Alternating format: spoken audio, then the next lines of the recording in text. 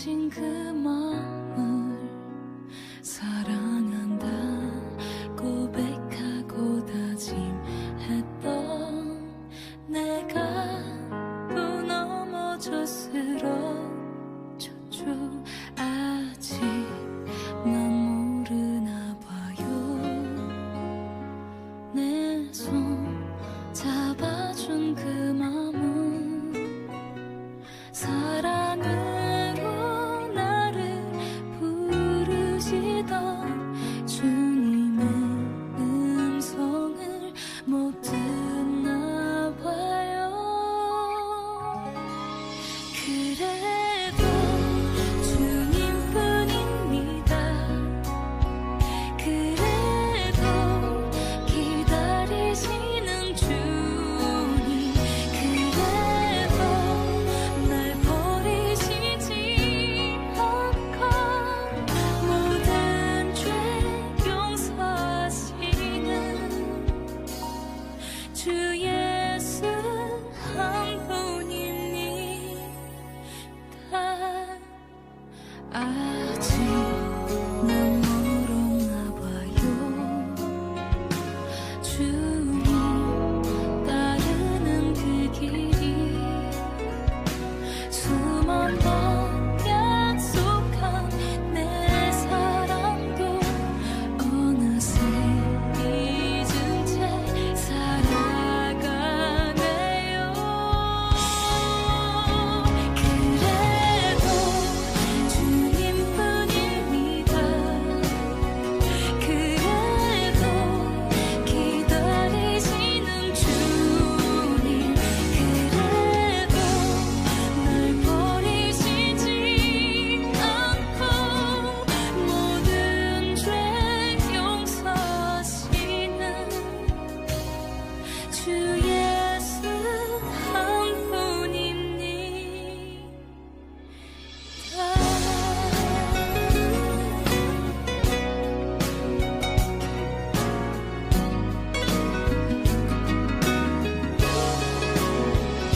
그래도 주님뿐입니다. 그래도 안아주시는 주님, 그래도 날 외면하지 않고 끝없이 바라보시는 주 예수 한 분입니다.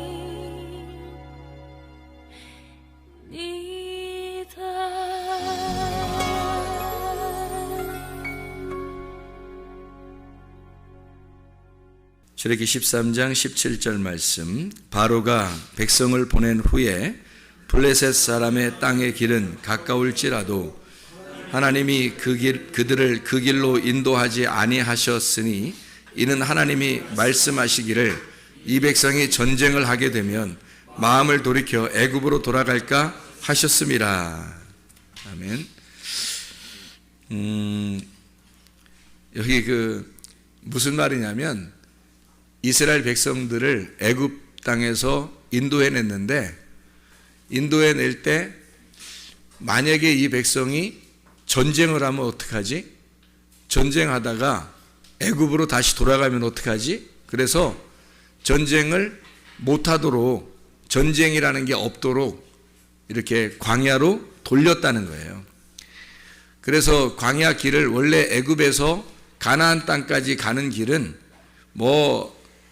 밥 먹고 천막 치고 또 천막 걷어서 또 밥 먹고 또 가다가 또 천막 치고 또 자다가 또 이렇게 가다 해도 한 달이면 충분히 가거든요. 애굽에서 가나안 땅까지 먹고 자고 다 해도 한 달이면 충분히 가요. 그 길이 직선 코스로 이렇게 가게 되면요. 그런데 하나님은 이 백성들을 이렇게 직선 코스로 가지 않고 이렇게 돌려가지고 광야 쪽으로 이렇게 가게 만들어요. 전쟁하면 혹시 애굽으로 다시 돌아가면 어떡하지? 그래서 광야로 돌려가지고 한 40년 동안을 광야에서 이렇게 돌린단 말이에요. 그래서 이 말씀이 이제 우리에게 뭐를 설명해 주려고 하는 말씀이냐, 왜 전쟁을 못하도록 했느냐, 애굽에서 바로 나온 백성들은요, 전쟁할 만한 힘이 없어요. 여호와의 군대인데 군대가 아직 재정비가 되지 못했단 말이에요. 준비가 아직 못했단 말이에요. 사람이 오늘 시험을 치르잖아요. 시험을 치르면 준비 안 하고 시험 보는 학생들 어때요? 불안하겠죠? 시험을 준비 안 하고 시험을 치르면 불안하다고 자기가. 어떻게 하지? 점수 안 나오면 어떡하지? 뭐 내가 보지 않은 그 공부 안 한 문제가 나오면 어떡하지? 하면서 겁을 먹는다고요. 그래서 어떤 아이들은 뭐 포기도 하고 막 이런다고요. 왜냐하면 준비 안 했으니까. 그래서 준비 안 한 사람들은 어떤 사람은 시험도 안 보기도 하고 그럴 거 아니에요. 그 또 시험을 봤는데 점수도 안 나오기도 하고 그럴 거 아니에요. 그러니까 준비 안 되면 불안하다고요. 그래서 어떻게 돌아갈까? 한번 하나님 나에게 다른 기회를 주시면 뭐 이렇게 생각한단 말이에요. 근데 준비가 다 되잖아요. 그러면 시험을 치를 때 담대하다고요. 준비가 다 되면 담대해서 언제든지 시험이 와라. 내가 담대하게 내가 시험을 맞서주겠다. 그렇게 하잖아요. 하나님께서도 우리를 그냥 사람을 이렇게 그냥 이렇게 키우는 게 아니고 태어나면 바로 20살 이렇게 되면 좋잖아요. 태어나자마자 편하잖아. 그런데 계속해서 이렇게 고통 가운데 시험을 줘요. 그 부모들에게도 시험을 주고 자녀에게도 시험을 줘서 계속 이렇게 시험을 한다고요. 시험을 하는 게 그게 테스트예요. 왜 테스트를 하는 거냐면 사람이 아픈 만큼 아이가 성숙하는 거예요. 그래서 애가 아프고 그 다음에 자라나고 또 애가 또 아프고 또 자라나고 그렇게 한다고요. 왜냐면 하나님이 그 고통 가운데 집어넣고 조금 더 자라나게 하고 또 다시 아프게 애가 막 열나고 괜히 아프고 감기 걸리고 뭐 막 이래요. 그러다가 또 그거 낫고 나면 조금 더 커 있어요. 또 이렇게 또 아프다고요. 한 번도 안 아픈 게 아니라 또 시름시름 앓고 또 아파요. 그러다가 그 낫으면 또 이렇게 금방 또 커요. 이렇게 아프고 또 크고 아프고 또 크고 그게 고통이에요. 그 어린아이가. 그리고 자라나다가 갑자기 우리 그 사춘기 학생들을 이렇게 보면은 막 무릎이 갑자기 아프다 그러고 자다가도 괜히 뭐 이렇게 막 쥐나고 아프다고 막 이러고. 왜 그러냐면 이게 무슨 통이라 그래요? 통통통. 무슨 통 이게? 예, 성장통이라 그래요. 이게 점점점 이렇게 자라나는 그 통이란 말이에요. 그죠? 예. 그래서 그 자라날 때 좀 이렇게 아프고 또 자라난다고 이게. 희한하죠, 이게? 왜 그런 거 안 주면 되잖아. 그럼 안 아프고 그냥 크면 좋잖아요. 근데 아프고 큰단 말이에요. 그러니까 그 처음 이제 그 와가지고 아유 나 아파 막 어디 잘 때 아팠다 그러니까 저기 위에 있는 그 선배 응? 언니들이 원래 그런 거야. 원래 그런 거야. 더 아파야 돼. 더 아파야 돼. 좀 지나면 괜찮아 다. 우리도 다 그랬거든. 이렇게 되더라고요. 그러니까 먼저 경험한 사람들이 선생이라고. 먼저 경험한 언니들이 선생인 거야. 그래가지고 얘기를 해주더라고. 그거 아무것도 아니야. 그거 더 아파야 돼. 이런 얘기를 하고 그러더라고. 그래? 그래서 이제 자기는 이제 심각한 것처럼 어디 아픈 거 아니야? 뭐 이렇게 하다가 그거 원래 아픈 거야. 원래 더 아파야 돼. 이렇게 하니까 아 그런 거였구나. 이렇게 하더니 그 다음날 또 그런 얘기 안 하더라고. 아프다는 얘기 안 하고 그러더라고요. 그러니까 이게 아프고 그 다음에 크고 아프고 크고 이게 하나님의 원리인 것 같더라고요. 하나님께서 그렇게 우리를 만드셨더란 말이에요. 그러니까 사람들도 왜 시험을 이렇게 자꾸 오게 되고 시험을 치르고 그러냐면 시험을 보고서 시험 안 보고 그냥 중학교 졸업하고 시험 안 보고 고등학교 졸업하고 뭐 시험 안 보고 대학교도 들어가고 졸업하고 뭐 이러면 좋잖아요. 아유 시험 없는 세상이 있었으면 좋겠어. 그럼 시험 안 들게 생긴 인생이죠. 근데 이 시험을 자꾸 우리에게 온단 말이에요. 그죠? 왜 그러냐면 학교에서 여러분 넘어뜨리고 싶어서 그런 거예요? 시험 치러서 여러분을 넘어뜨리고 싶어서 시험을 보는 거냐고. 아니라고요. 레벨 테스트에서 여러분을 한 단계 올라가게 하려고 그런 거란 말이에요. 여러분이 지금 중학교, 대학, 고등학교 올라갈 수 있겠느냐? 요걸 초등학교에서 시험을 치르고 그 다음에 중학교 올라갈 수 있겠느냐? 중학교에서 시험을 치르고 고등학교 정도 가서 공부를 얘가 따라갈 수 있겠느냐 하는 그런 수준을 보는 거잖아요. 고등학교에서 또 대학 시험, 졸업 시험을 볼 때 대학 들어가려고 하는 그 대학에 얘가 들어가서 적응할 수 있겠느냐? 이 정도 실력이 얘게 되느냐? 요거를 이제 테스트하는 거란 말이에요. 그러니까 자기를 점검하는 거라는 거지. 시험이라고 하는 건 하나님 입장에서 볼 때는 우리를 점검하는 시간이란 말이에요. 점검하는 시간. 그러니까 시험은 반드시 필요한 거라는 거죠. 시험이 없을 수 없는 거예요. 인생도 똑같아요. 사람이 하나님께서 우리를 인생의 테스트를 합니다. 그래서 인생의 테스트를 통해서 그 사람이 이만큼 성장해. 영적인 테스트죠. 하나님은. 우리 인간들은 학교에서 시험을 보면서 육적인 테스트를 하잖아요. 하나님은 우리를 영적인 테스트를 한다고요. 분명히. 그래서 영적으로 얘가 성장했느냐 안 했느냐. 근데 어떤 사람은 교회를 수십 년 다녔는데도 성장을 못했어요. 성격 하나 바꾸지 못하고. 왜 그랬겠어요? 시험에 통과하지 못한 거예요. 시험에 통과하지 못해서 아직도 졸업을 못한 거야. 중학교 졸업을 못한 거야. 고등학교 못 올라간 거예요. 초등학교 졸업을 못한 거예요. 중학교 못 올라간 거예요. 왜냐하면 테스트에 실패를 했기 때문에 그렇습니다. 하나님은 그 사람을 계속 시험하는 거예요. 테스트를 하고 이 사람의 레벨 테스트가 올라갈 수 있느냐, 레벨이 이렇게 올라가느냐 보는 거죠, 이렇게. 근데 거기에 계속 넘어지는 거예요. 넘어지고 그러는데 사람이요, 그냥 난 나대로 살 거야. 이렇게 계속 넘어지면서 살 거야. 이렇게 계속 넘어지고 해요. 자기 뜻대로 사는 거죠. 이게 수십 년 돼도요, 성장이라는 게 없어요. 그 사람이 교회를 다니는데 영적으로 성장이 없어요. 계속 미끄러졌기 때문입니다. 그게 수십 년 된 사람들도 많아요. 성장을 하라고 하나님께서 우리에게 테스트를 하는 건데, 그래서 레벨이 올라가기를 원하고 이렇게 수준이 높아지기를 원하고 좀 더 올라가서 주님 만나기를 원하는데 아예 안 되는 거예요. 이게 계속 이 사람이 거기 레벨 테스트에서 무너졌기 때문에, 미끄러졌기 때문에 그런 거죠. 시험을 하신단 말이에요. 우리를 시험하는 게 두 종류로 시험을 하더라는 말입니다. 제가 성경을 여러 개 가만히 보면 여러분이 애굽에서 구원을 받아요. 그죠? 그럼 광야로 들어가고 광야에서 가나안 땅으로 들어가죠. 그럼 가나안 땅에서 완성이 되면 이제 4차원의 세계로 들어간다. 이렇게 여러분에게 설명을 했어요. 광야에서 우리가 6월절 어린 양의 피로 구원받은 사람이라면 우리가 이제 주님께 결심을 해요. 너는 결단하라. 결단이 어디예요? 2번의 결단을 하는 거예요. 그래서 2번의 결단을 해서 1번 결단, 2번 결단을 통해서 거듭나는 겁니다. 완전한 거듭남. 그래서 1번 결단하고 홍해바다 건너고 2번 결단하고 요단강을 건너는 거예요. 그게 죽음이란 말이에요. 우리가 그 결단은 죽음이라고요. 그래서 2번의 죽음을 통해서 거듭나는 겁니다. 그러니까 거듭나는 거예요. 우리가 구원받은 영적인 테스트가 반드시 이렇게 있다고요. 하나님은 그런 테스트를 통해서 넘어가게 만들지 테스트를 안 하면 넘어갈 수가 없어요. 그래서 인생 우리 전체 태어나서부터 우리가 구원받는 게 태어나는 겁니다. 여러분이 엄마 뱃속에 태어나는 거를 태어났다고 하는 게 아니라 영적으로 하나님은 영적인 것을 테스트하니까 영적인 테스트를 할 때 그 태어남 시작은 어느 시점이냐면 구원받을 때 시점입니다. 6월절 어린 양의 피를 받아들였을 때 그때부터 시작을 해서 2번의 거듭남을 본다는 거죠.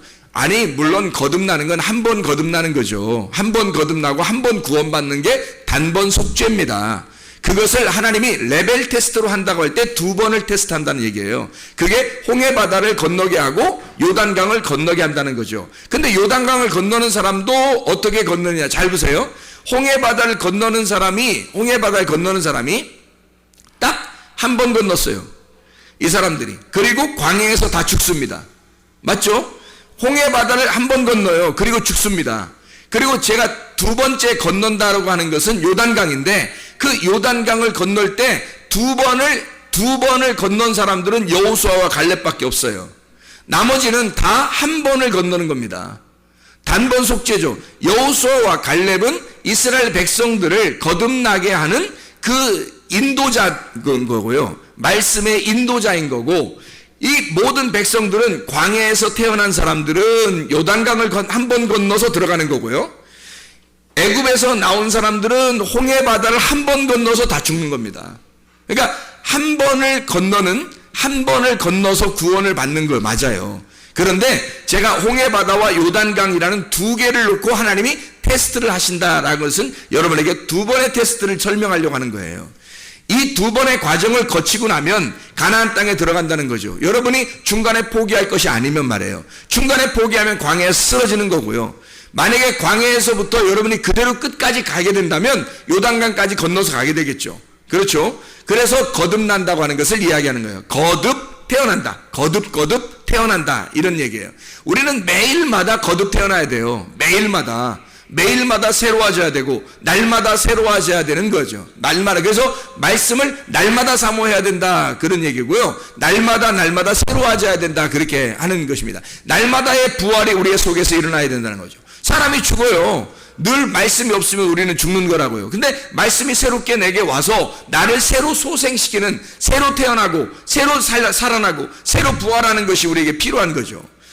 홍해바다를 건너 광야에 들어와요. 광야에 들어와서 끝이 아니라 여기에서 싸우는 게 있다고요. 근데 여기서는 그냥 적군하고 싸우면 너희들이 포기하고 다시 광야로 돌아갈까봐 하나님이 그런 적군을 갖다 여기다 놓지 않고 다른 걸 놔요. 그래서 이게 2번에 걸쳐서 싸움이 있더라 말이에요. 성경에 보니까. 자, 보면은 광야에서 싸움이 있고요. 그 다음에 요단강 건너서 가나안 땅에 가니까 싸움이 있더라는 거죠. 가나안 땅에 가도 싸움이 있어요. 가나안 땅에 들어가면 다 완성된 게 아니야. 거기 가면 진짜 싸움이 일어나는 거예요.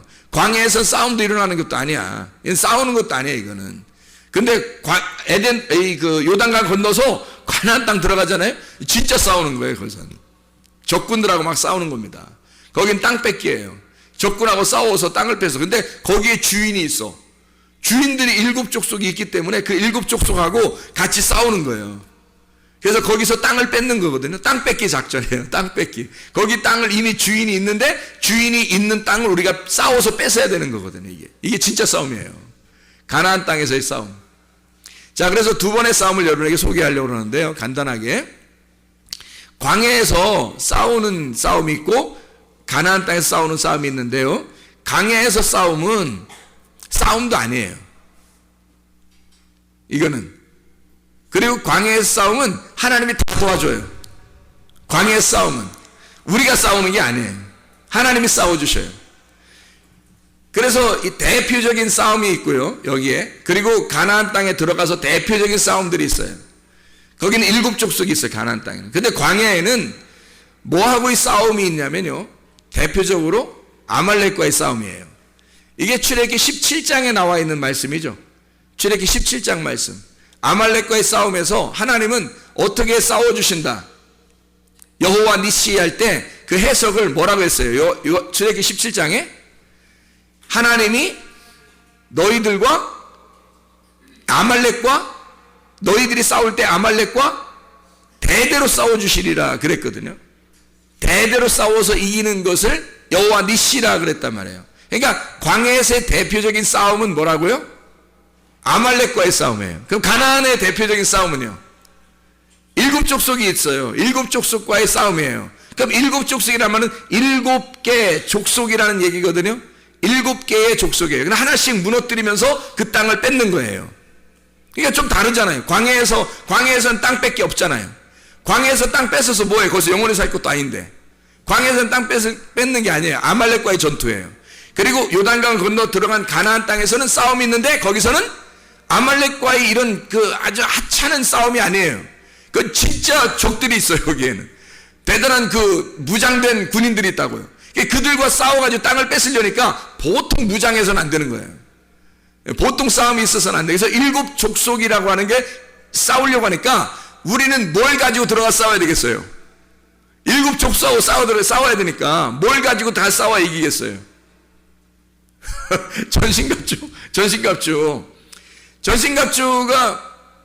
전신갑주가 몇 개죠? 진리의 허리띠, 의의 흉배, 평안의 복음의 신발, 믿음의 방패, 구원의 투구, 성령의 검. 성령의 검하고서 다시 손가락 하나 더 하면 말씀 이렇게. 그래서 7개 하려고. 6개잖아요, 전신갑주가. 그러면 7족속하고 6개가 어떻게 싸워서 이겨요? 7족속하고 싸우려면 뭐가 있어야 싸울 거 아니에요. 그래서 전신갑주를 입기만 해서 싸우는 게 아니라 7족속하고 싸워야 될, 내가 무장해야 될 게 있다고. 내가 가져야 될 게 뭐겠어요? 7족속이니까 7 영이 있어야 되는 거죠. 7 말씀, 7 영이 있어야 되는 거예요. 그래서 7족속과의 싸움은 7 영이 있어야 되는 되는 사람, 17영이 있는 사람이 싸우는 거란 말이에요. 그럼 7영은 7개 영을 가지고 있어. 하나, 둘, 셋, 넷, 다섯, 여섯, 일곱 이렇게. 그래서 7개 영, 하나, 둘, 셋, 뭐 넷, 다섯, 여섯, 일곱 이렇게 있는 영을 가지고 가서 이렇게 막 싸우는 거예요? 그런 거 아니잖아요. 그런 게 아니라 7이라는 숫자가 뭐라고요? 완전한 안식의 숫자예요. 안식에 들어간 자. 나는 하나님 안에서 안식하는 거예요. 그리고 주님이 일하시는 날, 그게 안식일이죠. 그러니까 예수님이 안식일 날 너희들은 뭐 하라고? 일하라고 쉬라고? 쉬라고. 누가 일하는 날? 하나님이 일하는 날이다. 하나님이 일하는 날이니까 너희는 쉬어라는 날이 안식일 날이란 말이에요. 그게 안식 날이라고. 그럼 안식의 영을 가져야 된다는 거지. 우리가 안식의 영을 가져야 이길 수 있는 거예요. 왜? 요단강이 뭐니까? 심판이니까. 요단강에서 심판을 받아서 내가 죽어서 없어졌으니까. 그래서 7영이 가서 싸워서 7족속을 무너뜨리고 7족속의 땅을 뺏는 거예요. 7영이. 그래서 7족속의 땅을 7영으로 바꿔버리는 거지. 그게 내가 땅을 빼앗은 땅이란 말이에요. 그게 싸워서 이긴 땅이에요. 이건 적군이라고. 그러니까 보세요. 7족속과의 싸움은 7영만이 싸워야 되는 거죠. 그러면 7영은 어떤 거라 그러죠? 안식. 7 예수님이에요. 예수님의 영을 말하는 거예요. 그러면 7이라는 게 어떤 안식이고 여섯째 날 다 창조하고 그다음에 7째 날 쉬셨더라. 그러면 예수님이 어떻게 다 이루었다 그 말이잖아요. 다 이루었다. 이게 7날이란 말이에요. 7날에 다 이루고 8일날 올라가는 거거든요, 이게. 그러니까 7날 다 이루는 거란 말이에요. 그래서 7날 다 내가 다 일을 끝냈으니까 너희는 안식해야 된다는 날이 7날이란 말이에요. 그러니까 7영이신 예수님이 7영이 된 자들만이, 하나님 안에서 안식하는 자들만이 7영이 7족속을 무너뜨린다. 무슨 말이겠어요? 7영이 7족속을 무너뜨린다. 무슨 말이겠냐고. 자, 봐세요. 7영은 7 뭐라고요? 7 말씀이라고요. 7영은 7 말씀이라고. 7 생명이라고요. 이것은 7의 영, 7개가 아니라 하나의 완전한 영을 말한단 말이에요. 그 말은 완전한 말씀. 완전한 말씀은 어떤 말씀? 참된 말씀, 진리의 말씀이라는 얘기죠. 진리의 말씀이 여기 7족속은 뭐야 그러면? 완전한 거짓이란 말이죠. 완전한 거짓 영. 완전한 거짓 영이니까 완전한 진리의 영이 가서 그 거짓 영을 밀어내는 거죠. 밀어내고 진리의 영이 그 땅을 장악해버리면 나의 것이 된단 말이에요. 그러니까 하나님의 영, 7영만이 그 7족속을 몰아내는 것, 거기가 가나안 땅이란 말이에요. 그렇게 싸우려면 어느 정도 싸워야 되겠어요? 뭐가 있어야 싸울 수 있는 거예요? 여러분이 뭐가 있어야 싸울 수 있냐고. 7 말씀이 있어야 싸우는 거지. 여러분에게 7 진리의 말씀이 있어야 싸우는 거지. 성경 기절 7개 알면 된다는 얘기야? 7개의 성경 기절 외우고 가서 싸우란 얘기야 이게? 이 말이? 아니잖아요. 진리의 말씀 안에 너희가 있어야, 진리의 영 안에 있어야 너희가 싸워서 이길 것이다는 얘기예요. 진리의 말씀이 네 속에 있으면 네 속에 있는 7족속이 떠나가게 될 것이다. 이거는 그냥 우리의 그 아말렉과의 싸움하고 달라요, 여러분. 두 번의 싸움이라고 했죠. 광야의 싸움과 가나안 땅의 싸움이 다르다고. 잘 보세요. 여기 지금 출애굽기 13장 17절 말씀에 바로가 백성을 보낸 후에 블레셋 사람의 땅의 길은 가까울지라도 하나님이 그들을 그 길로 인도하지 아니하겠으니, 이는 하나님이 말씀하시기를 이 백성이 전쟁을 하게 되면 마음을 돌이켜 애굽으로 돌아가게 될까봐, 그래서 전쟁을 못하도록 광야로 돌린다는 얘기예요. 그러면 전쟁을 하지 못하도록 광야로 돌려놓고 누구랑 싸우게 만든 거예요? 출애굽기 17장에는 아말렉하고 싸우게 만들잖아요. 하나님이 전쟁 못하게 만든다면서, 하나님이 전쟁 못하게 하려고 애굽에 돌아갈까봐 전쟁 못하게 만들려고 해놓고 아말렉하고 싸우게 해요? 이상하잖아요. 그래서 이게 이렇게 되는 거라고요. 애굽에서 구원받아 도착한 우리가 광야라고 하는 곳에서는 아말렉을 만납니다. 아말렉을 만나서 여기서 레벨 테스트에 성공을 하게 되면, 승리하게 되면 요단강을 건너게 되고 진짜 가나안 땅에 들어가 진짜 싸움을 싸우게 되는 거예요. 이때 일곱 족속을 몰아내는 일곱 영을 가진 자만이 승리하게 된다는 거죠. 여호수아가 대장이 되셔서 우리를 이끌어가는 겁니다. 자, 보세요. 광야의 싸움은 아말렉과의 전투였어요. 그러니까 요단강을 건너 가나안 땅에 들어가면 어떤 족속이 있어요? 일곱 족속이. 근데 대표적인 족속들이 있어요. 대표적인 거기 나라가 어느 나라냐면 팔레스타인, 블레셋 나라예요. 그러니까 여러분, 광야에서는 그런 족속들하고 싸우질 않아요. 이상하죠? 아말렉과의 싸움에서 하나님이 대대로 너희와 함께 싸워주시리라 하고, 그리고 아말렉과의 전투를 하게 됩니다. 그리고 승리하게 돼요. 영원히 하나님께서 너희의 편이 되셔서 계속 너희들과 싸워주시리라 얘기해놓고, 그리고 요단강을 건너게 너 가나안 땅에 들어가게 되면 그런 일곱 족속이 있는데, 대표적으로 여기에 나와 있는 오늘 지금 출애기 13장 17절에 나는 블레셋 민족, 블레셋과 이 블레셋은요, 대표적으로 사무엘상에 보면 누구하고 블레셋 족속하고 싸우는데? 다윗이죠. 다윗이 블레셋 족속하고 싸워요. 그 블레셋 족속의 그 대표 인물이 누구예요? 다윗과 골리앗이잖아요. 다윗과 골리앗, 이게 블레셋 민족이거든요. 그러면 잘 생각해 보시라고요.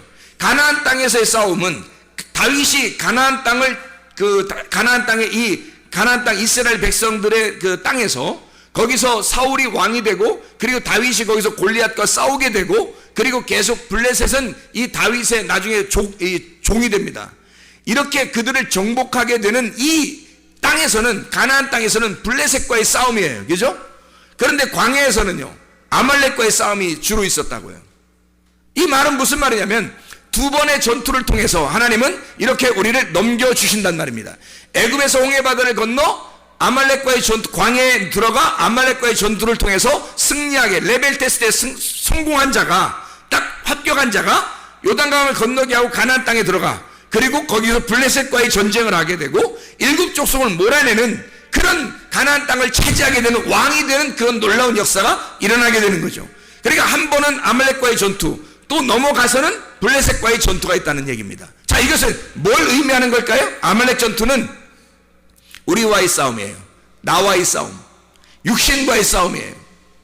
광야에 우리가 넘겨지잖아요. 구원받아서 교회 오면, 밖에서는 그런 말 안 하는데 교회 오면 육신 어떻게 하라 그래요? 너희 육신은 하나님 나라를 유업으로 받을 수가 없다. 너 육신 가지고서는 요단강 건너가서 가나안 땅을 차지할 수가 없다. 그래서 요단강 건널 때 다 심판받아 버리는 거예요. 다 물에 다 잠겨버리는 거예요. 다 죽여버리는 거죠. 광야에서 그렇게 자기 육신이 살아서 움직이려고 하는 사람들은 다 광야에서 죽여버립니다. 어른이 됐다고 생각하는 사람들 다 죽이고요. 거기에서 태어난, 순수하게 거기서 태어나서 어린 아이들이 들어가는 거죠, 가나안 땅에. 그러니까 애굽에서 온 사람은, 애굽의 성질을 다 가지고 있는 자들은 광야에서 다 죽여버리고, 그리고 광야에서 태어난 새로운 사람들을 데리고 요단강을 건너 가나안 땅에 들어가는 거예요. 하나님의 역사죠. 그러니까 아말렉 전투라고 하는 건 광야에서 일어난 나의 전투, 내 육신과의 전투를 말하는 거예요. 하나님이 우리의 편이 되셔서 대대로 너희와 싸워주시리라 하는 거죠. 그 아말렉 전투에서 실패하게 되면 계속 광야에 머무르게 되는 겁니다. 그러니까 수십 년을 교회 다녀도 똑같은 상태에 있는 거예요. 계속해서. 왜? 자기는 광야에서 승리해 본 적이 없어요. 자기와의 싸움에서, 아말렉과의 전투에서 싸워서 승리해 본 적이 없어요. 자기의 시험 당함을 거기서 레벨 테스트가 안 올라갔단 말이에요. 그냥 계속해서 주저앉고 자기가 해결해 보려고 했는데 도저히 안 되고 했던 거예요. 주님이 싸워주시 않은 거예요. 자기가 싸워보려고 했던 거예요. 내가 내 노력을 한번 이렇게 하지 말아봐야지, 내가 참아봐야지, 내가 이겨봐야지 계속 했던. 어떻게 할 수 있어요? 주님이 하셔야지. 모세는 산 꼭대기에서 기도하죠. 중보기도 합니다. 주님 산 꼭대기에서요. 그리고 여호수아는 산 밑에서, 여호수아가 다른 게 아니라 여호수아가 싸워주는 겁니다. 여호수아가 이기게 되고, 모세는 위에서 기도. 모세도 여호수아도 다 예수님을 말씀하는 거지. 우리가 싸우는 게 아니라 주님이 다 싸우시고 주님이 기도하시고 주님이 싸워주신다는 것을 말하는 거지. 누구와? 아말렉과. 계속해서 네가 싸우는 게 아니라 네가 싸우려고 하니까 못 이긴 거지. 예수 그리스도가 너를 위해서 싸워주시는 것을 네가 의지했다면, 그러면 너 자신의 육체적인 문제, 육신의 문제는 적어도 해결받았을 거라는 얘기예요. 근데 육신의 문제가 아직도 해결받지 못해. 자기 성격 하나 고치지도 못해요. 고쳐지지도 못해요. 자기 혈액형 하나도 고쳐지지도 못해요. 자기 맘대로 자기의 고집도 하나 고치지 못해요. 자기의 교만도 하나 고치지도 못해요. 누가 해주겠어요, 여러분? 주님이 여러분을 고쳐주셨어야 되는데 수십 년을 교회 다녀도 자기 하나 고치지를 못해요. 레벨 테스트에서 계속 무너지고 수십 년 동안 계속 진 거예요. 불합격 맞았다는 얘기예요. 시험을 보면 합격을 해야 되는데 불합격을 맞은 거예요. 그러면 다시 봐야 돼요, 어떻게? 그죠? 다시 봐야 되죠? 불합격 맞으면 다시 봐야 된다고, 시험을. 아말렉과의 전투에서 계속 불합격을 맞는 거예요. 아니, 한두 번 해야지. 계속 떨어지면 그런가 보다 하는 거예요, 그냥. 원래 나는 이런 인간인가 보다 그러는 거예요. 좌절하는 거죠. 계속 떨어지니까, 계속 불합격하니까. 주님께 맡기고 승리하셔야지. 광야에서 적어도 승리하시고, 그건 주님이 싸우셔야, 내가 싸우는 게 아니라, 진짜 전투는 거기에 있는 게 아니에요. 진짜 전투는 나와의 전투가 아니에요. 진짜 전투는 영과의 전투란 말이에요. 악한 마귀와의 전투라고요. 7 족속이 남아있어요. 우리의 진짜 전투할 대상자, 진짜 원수는 7 족속이라고요. 적어도 아말렉, 나와의 육신적인 싸움이 아니라고. 이건 이미 이겼어야 된다고요. 광야는 통과했어야 된다는 거지. 근데 광야에서 계속 무너져. 여기서 불합격, 여기서 불합격. 광야에서 다 불합격 맞아요.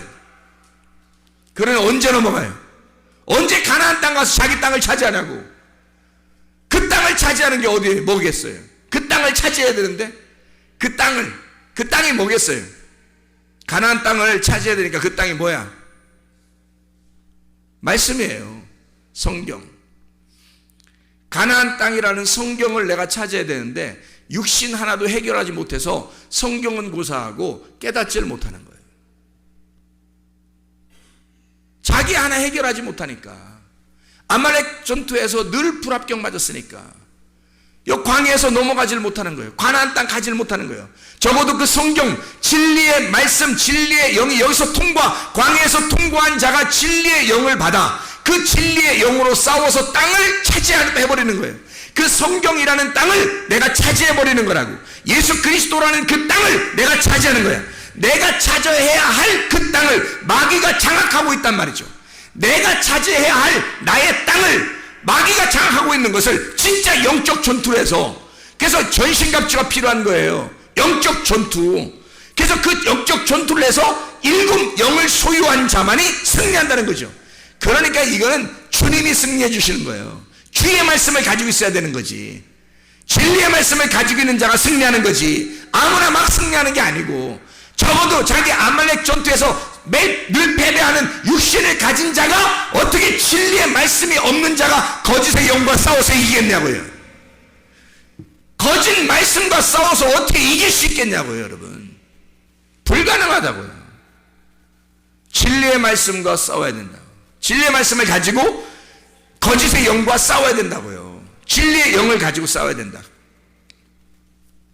진리의 영이 내 속에 있느냐, 이것은 아말렉 전투에서 승리한 자, 내 육신과의 전투에서 레벨 테스트에 승리한 자가 진리의 영을 갖고 진리의 말씀으로 7 말씀을 가지고 7 족속을 무너뜨려 그 땅을 차지하는 것이다. 다 그 땅이 어디 있어요? 저 이스라엘 가야 돼요? 우리 속에 있어요. 하나님이 나를 장악하시는 겁니다. 하나님이 나를 통치하시는 거예요. 하나님이 내 속에 있는 악한 영들을 집어삼켜버리고 파괴시키고 이겨버리니까 이 악한 영들, 이 악한 영이라는 게 뭐예요? 내 속에 있는 악한 마음들? 아니, 악한 마음은 육신이죠. 여러분이 생각해봐요. 여러분이 조금씩 나쁜 생각하고 이런 건 다 악한 마음, 이건 육신을 얘기하는 거지. 그건 적어도 여러분이 승리했어야, 광야에서 승리했어야 된다니까. 그러면 가나안 땅에 적어도 승리는요, 악한 영, 악한 말씀이 네 속에 있는 걸, 그거를 진리의 말씀, 참된 말씀이 너를 이겨야 된다는 거예요. 다시 말하면 주님의 말씀이 네 속에 있어야 된다는 거죠.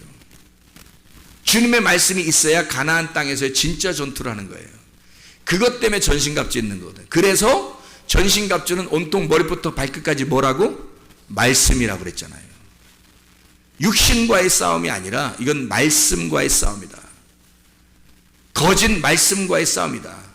여기에 가지도 못한 사람이 너무 많죠. 요단강을 건너서 가나안 땅에 들어가지도 못한 사람이 너무 많은 거예요. 대부분이 다 광야에서 쓰러지는 겁니다. 자기 육신과의 싸움에서 다 쓰러져 버려요. 그거 정도는 다 회개하셨어야 돼요. 요단강에서 다 심판을 받으셨어야 돼요. 그리고 가나안 땅에 들어가서 진짜 전투해야 돼요. 우리에게 남아있는 진짜 전투, 그 진짜 전투는 거짓과의 싸움이에요. 내가 이제까지 알고 있었던 우리의 지식, 내가 알고 있던 거짓의 지식이란 말이에요. 내가 알고 있었던 나의 지식, 그거와의 싸움이에요. 내가 알고 있었던 그 말씀을 내가 잘못 알고 있었던 그 말씀과의 싸움이라고요. 그래서 그 진짜 말씀이 우리의 속에 들어오기 시작하면요, 거짓 말씀은 물러갑니다. 진리의 말씀이 우리의 속에 들어오기 시작하면 거짓 말씀이 물러가요. 그러면 어떻게 되는지 알아요? 진리의 영이 장악해버리는 거예요. 7영이 우리를 장악해버리는 거죠. 그래서 7 눈을 가지시고 7 영을 가지신 자가 그를 장악하고 왕이 되신단 말이에요. 그게 가나안 땅의 승리예요. 전쟁에 승리하는 거. 아말렉 전투에서도 승리하시고 블레셋 전투에서도 승리하는 하나님의 사람들 되기를 바랍니다. 진짜 전투는 아직 남아있단 말이에요. 계속해서 남아있다고요. 그 진짜 전투하는, 근데 그거는 승리하게 돼 있어요. 왜?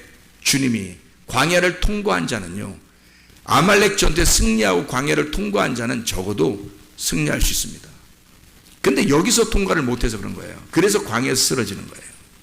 그래서 광야에 쓰러지는 자들은 그냥 두고요, 그리고 어린아이들, 거기서 어린아이가 생생하게 살아나서 다시 부활한 그 자들을, 그 사람들을, 그 자들을 딱 데리고 들어가는 거예요. 가나안 땅에 들어가 승리하도록.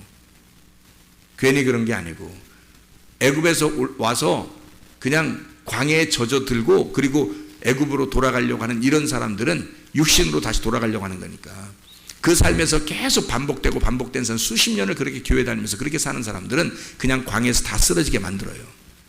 다른 사람들을, 거기서 태어난 자들을 데리고 들어가는 거라고요. 여러분 속에 소생해야 합니다. 광야에서의 싸움에서 승리하고, 그리고 요단강을 건너 진짜 싸움이 우리에게 남아있는 그 땅에서의 진리의 말씀이 우리의 속에 있도록, 그 말씀으로 살아갈 수 있도록 여러분이 승리하셔야 됩니다. 기도하고 마치겠습니다. 하나님 아버지, 사랑과 은혜를 감사를 드립니다. 아버지, 우리에게 2번의 전투를 허락하신 주님, 우리를 시험하시고 우리를 일으켜 세워서 진짜 전투가 남아있는 그곳에서의 전투에서 승리하기를 원하시는 주님, 진리의 영, 하나님의 말씀의 영, 예수 그리스도의 영이 우리를 장악하게 하시고, 하나님 그리스도 예수만이 우리를 통치하시고 다스리게 하셔서 주님 만날 때까지 천국 생활할 수 있도록 우리를 붙잡아 주시옵소서. 예수 그리스도 존귀하신 이름 받들어 기도 올려옵나이다. 아멘.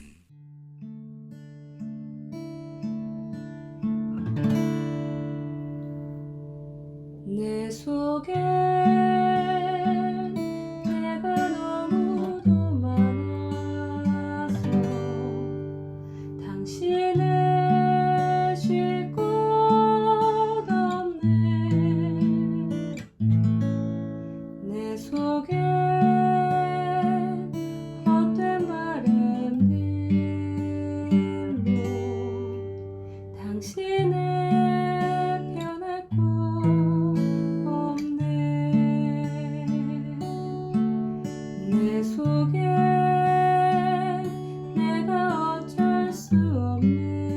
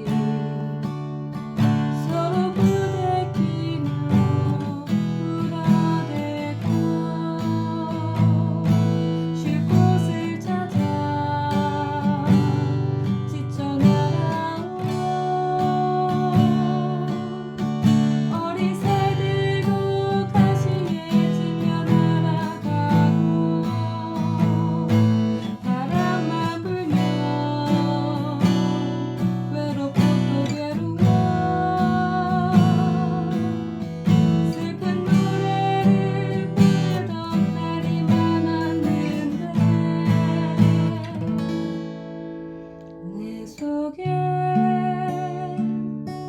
내가 너무도 많아서 당신은